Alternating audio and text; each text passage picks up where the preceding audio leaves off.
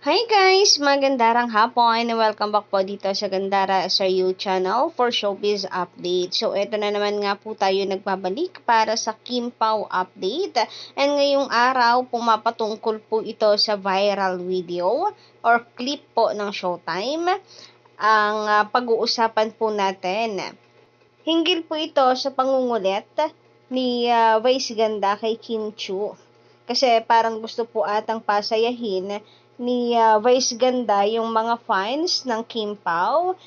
Kaya kinukulit niya itong si Kim Chu, baka sakali na may na madulas itong si Kim Chu, gano'n. So may mga natuwa naman na mga fans po ng Kim Pao dahil meron po silang nakuhang hint di umano dahil kapag itong si Vice daw po kasi nangungulit, ibig sabihin may alam siya.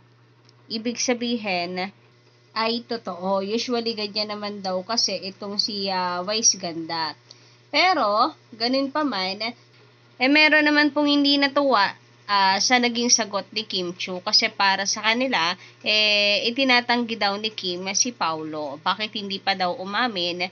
Gayong wala naman daw sabit. Saka tanggap na tanggap sila ng mga fans. Ano daw kaya yung main reason para magtanggi itong si Kim Chu? Ano pa yung kanilang iniintay? Anyway, mabalik po nga tayo dito kay Vice Ganda. Ang katanungan po kasi ni Vice is kung naipakilala na ba sa mga magulang itong si Kim. And itong kasagutan ni Kim ay parang iniiwas dito sa present. Sabi niya kasi yung sa mga dati, oo daw. Naipakilala naman siya. And sabi nga niya, masarap naman sa pakiramdam at maganda sa pakiramdam yung alam ka, pinapakilala ka, which is true naman in general, ano. Wag na po nating ungkatin yung past, pero in general na usapin, napakaganda naman po talaga kapag ka legal kayo, kapag ka ipinapakilala ka. Ibig sabihin, kasi nun is proud ang karelasyon mo sa'yo para ipakilala ka sa mga magulang at pamilya niya.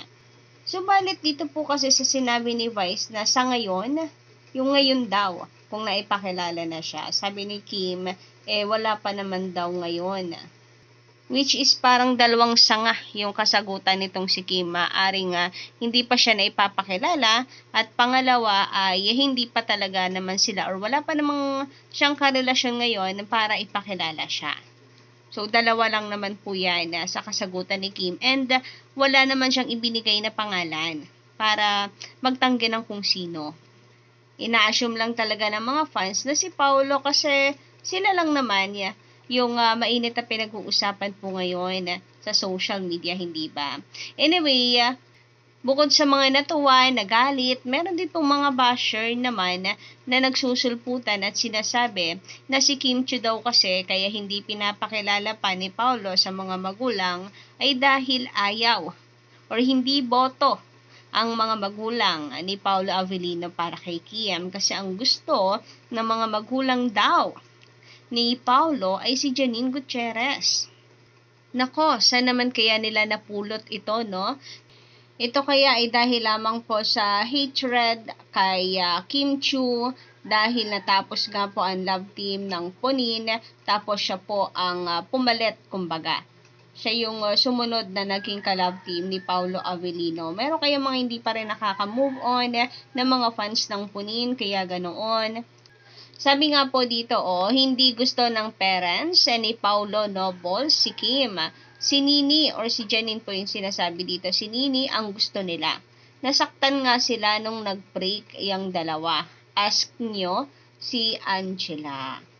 So, ayun, makikita nyo po dito, no, na talagang meron pong tampo yung iba pong fans kay Paulo kasi hindi man lang daw inamin at ipinagmalaki si Janine. Nobles nga po yung tawag nila kay Paulo Avellino kasi even naman daw yung mga showbiz insider ay binabalita na talagang may relasyon silang dalawa. Ilang beses na nga pong ichinika na hiwalay na silang dalawa, meaning may relasyon. Subalit hanggang umabot na lang daw sa punto na sinusugod na ng mga Kim Pao fans si Janine Gutierrez ay walang imek at walang pake si Paulo. Samantala, sabi naman ng mga commenters natin, ang pagkakaalam ko, si Janine pa rin ang girlfriend ni Pao. Nakita ninyo na magkalapit ba sila? Hindi. Kunwari lang yon. Hindi naman sweet si Jericho. Dahil alam ko may girlfriend si Jericho na non-showbiz. Kaya fake news yan na GF ni Echo si Janine, sila pa rin ni Pao. Naku, wala naman pong nagsasabi na girlfriend ni Echo na itong si Janine. Ang sabi po doon is nasa dating stage sila at nililigawan niya itong si Janine. Yun po yung sinabi ni Echo. Wala pa pong lumalabas na balita na silang dalawa na. Dating stage pa lamang. About naman dito ko kay Janine and Pao, wala ko may umaasa pa rin pala, no? Na until now, ang tunay na magkarelasyon pa rin ay si Pao at saka si Janine. Parang ang pangit naman po ata, no? Na para kay Janine, para sa isang babae, may karelasyon ka tapos ipagsisigawan sa social media na dating stage siya with someone. Eto nga pong si Kim Chiu, na malinaw na wala pong karelasyon, ay nagtatanggi na in a relationship siya ngayon. So, kayo ba guys, ano inyong say patungkol dito? Yun yung topic po sa Showtime, yung pagpapakilala sa mga magulang. So, hindi nga kaya na ipapakilala pa itong si Kim, and kung sila na ni Paulo, bakit hindi pa niya ipinapakilala si Kim Chiu sa mga magulang niya? Samantala, sabi pa dito ng mga netizens, commentors natin, hindi ba ninyo nakikita kung yung mga best friend nila wala ngang ingay, hindi nagsasalita? Si Vice kasi gusto niya lang napasayahin yung mga tao, lalo na yung mga Kim Pao fans. Pero kung naiintindihan nila, hindi naman kailangan na sumagot ng direkta si Kim Chiu. Marahil may usapan na talaga sila ni Paulo.